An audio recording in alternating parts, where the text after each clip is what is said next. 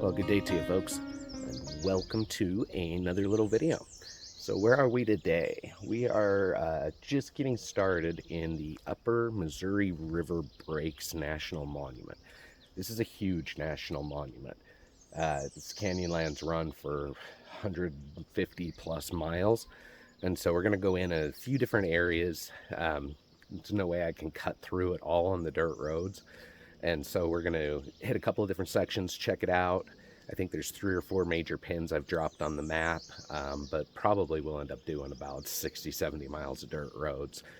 And so, yeah, let's see what we do see. I have absolutely no idea what's back in here. I've never been in this part of Montana. So far, there's a lot of beautiful, lush country down along the Missouri River itself, which is awesome. So let's check it out and see what we do see.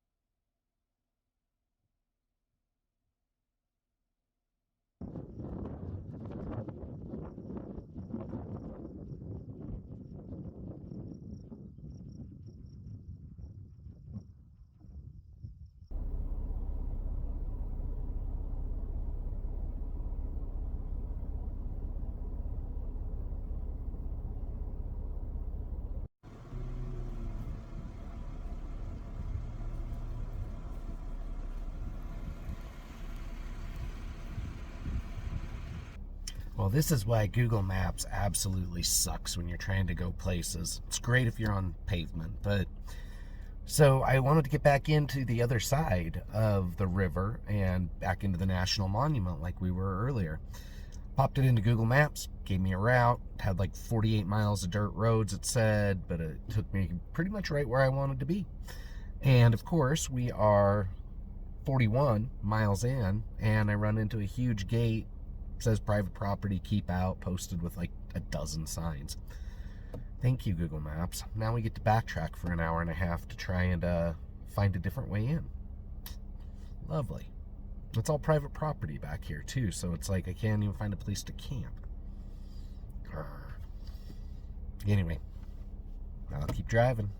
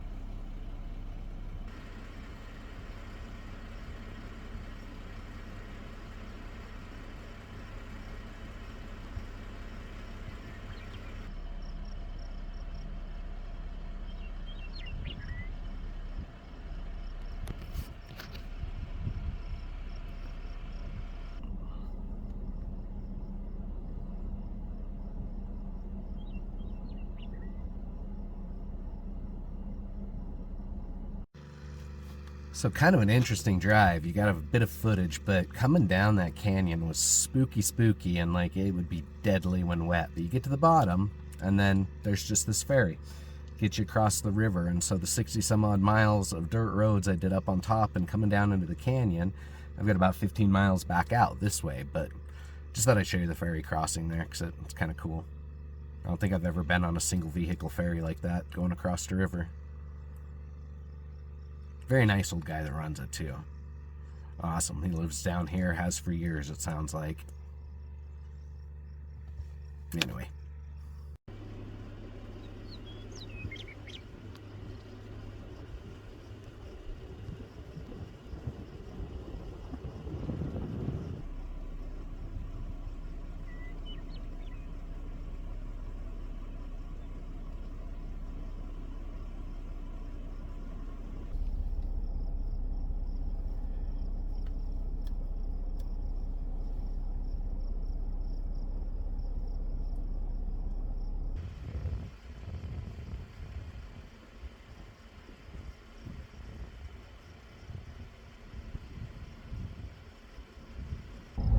Look at all those bighorns.